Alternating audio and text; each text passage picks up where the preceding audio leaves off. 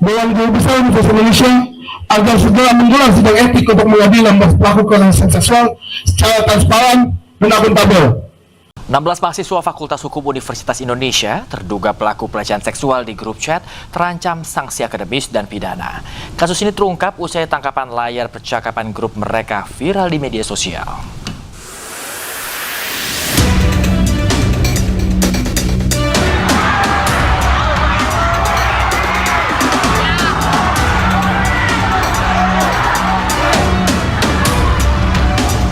Keributan terjadi saat para mahasiswa terduga pelaku pelecehan keluar dihadirkan. Para mahasiswa yang berempati terhadap korban berteriak dan histeris usai kasus dugaan pelecehan seksual berbasis digital terjadi di lingkungan kampus Universitas Indonesia. Kasus ini mencuat setelah sejumlah tangkapan layar grup chat mahasiswa beredar luas dan menunjukkan adanya percakapan yang mengarah pada pelecehan verbal serta objektifikasi perempuan. Kasus ini pun menuai kecaman. Usai viral, BEM dan Dekanat FHUI menggelar forum persidangan terbuka untuk para pelaku pelecehan seksual. Kehadiran para pelaku disambut sorakan hadirin sidang.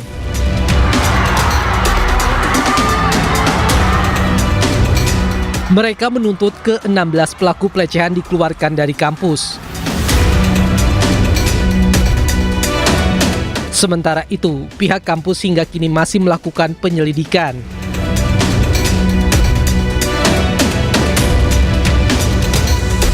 Kita di Rektorat akan memonitor bagaimana penanganan di fakultas. Sama-sama kita monitor ya. Kita lawan kekerasan seksual. Jika terbukti bersalah, para pelaku akan dikeluarkan dari kampus dan membuka peluang untuk melanjutkan kasus ke polisi.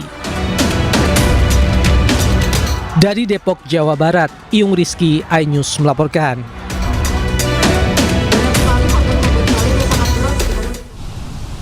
Ketua BEM FHUI, Anandaku Dimas mendesak agar 16 pelaku pelecehan diberhentikan status kemahasiswaannya atau drop out. Selain itu, pemirsa, BEM FHUI juga desak agar hak organisasi pelaku pelecehan dicabut.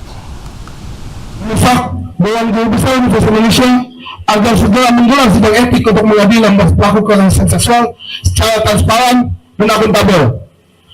Mendesak Dewan Guru Besar Universitas Indonesia agar mengeluarkan rekomendasi resmi kepada FHUI untuk menghentikan status kemahasiswaan pelaku kekerasan seksual secara permanen atau drop out. Menuntut FHUI agar segera mengeluarkan SK pemberhentian terhadap 16 pelaku kekerasan seksual sebagai diatur dalam peraturan rektor nomor 5 tahun 2024. 4. Mendesak FHUI agar segera mengusut tuntas seluruh kasus kekerasan seksual di Universitas Indonesia yang hingga kini pelakunya masih menunggu udara bebas di kampus kita. Sementara itu, pemirsa, Komisi 10 DPR RI meminta agar kasus pelecehan seksual diusut secara transparan. DPR juga akan panggil pihak kampus untuk dimintai keterangan. Ya, tentu harapan kami di Komisi 10, pihak kampus harus betul-betul transparan, membuka ini semua kepada publik.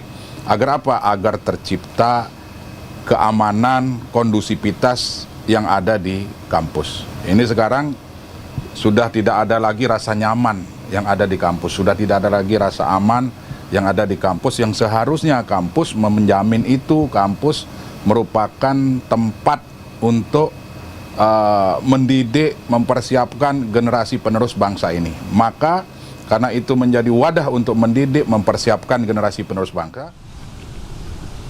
Majelis Hakim Pengadilan Negeri Surakarta tolak gugatan Citizen Lawsuit terhadap ijazah Jokowi. Para penggugat dihukum bayar denda Rp537.000.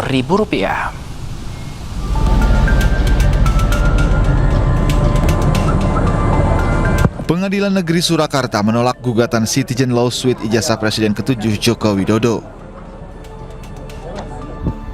Dalam putusannya, Majelis Hakim kabulkan eksepsi yang diajukan tergugat 1 Jokowi, tergugat 2 Rektor UGM Ova Emilia, tergugat 3 Wakil Rektor UGM Wening Udasmoro, dan Kapolri sebagai tergugat 4. Eksepsinya diterima itu Ini kaitannya dengan pokok perkaranya belum diperiksa, ya, belum masuk ke pokok perkara, jadi baru eksepsinya para tergugat. Tadi saya sebutkan tergugat 1, tergugat 2, tergugat 3 dan turut tergugat dikabulkan. Ya.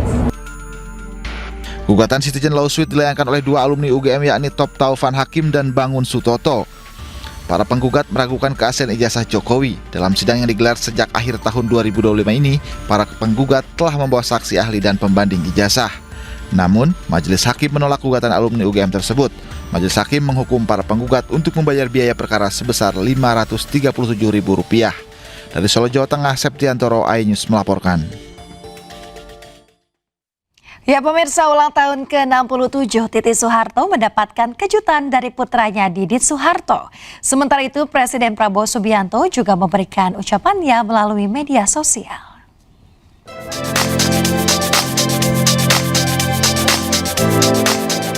Ruang rapat Komisi 4 DPR RI mendadak berubah menjadi penuh kehangatan.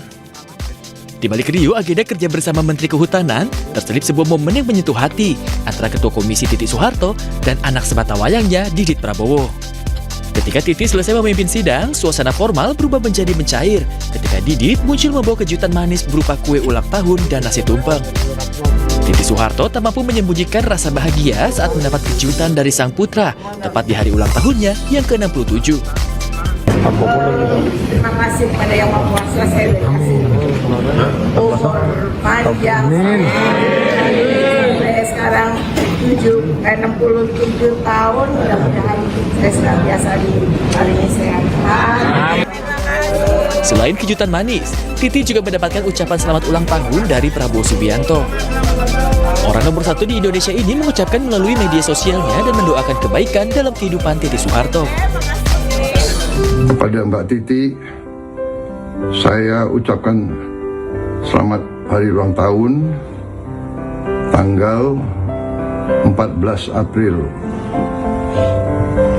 2026. Semoga tahun ini akan membawa kebaikan kepada Mbak Titi dan kita semua. Sekali lagi happy birthday, panjang umur. Semoga Yang Maha Kuasa selalu menyertai Mbak Titi selalu.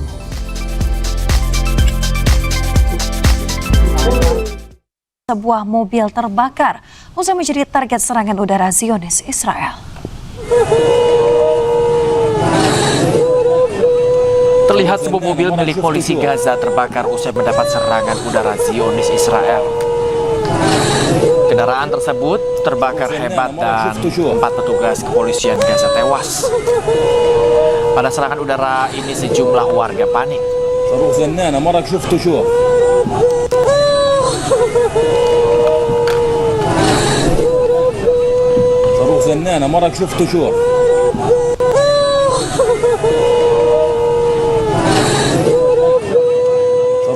Pemirsa, viral di media sosial, rudal Zionis Israel menghantam sebuah kafe di Gaza, Palestina. Serangan Israel sengaja menargetkan warga yang sedang berkumpul di kafe tersebut.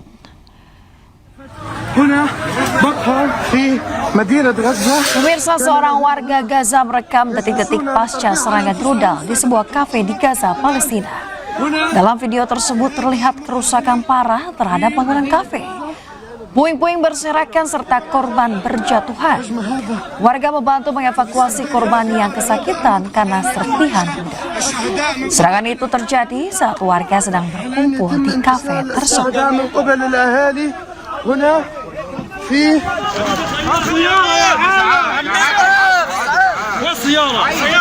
Sementara itu pemirsa, seorang warga Gaza terluka akibat serangan Israel.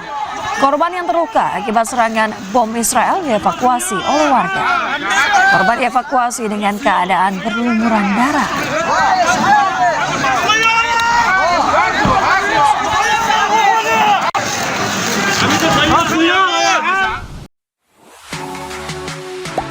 Gak sempat baca? Dengerin aja. Klik icon text to speech, gak pakai ribet di okezone.com.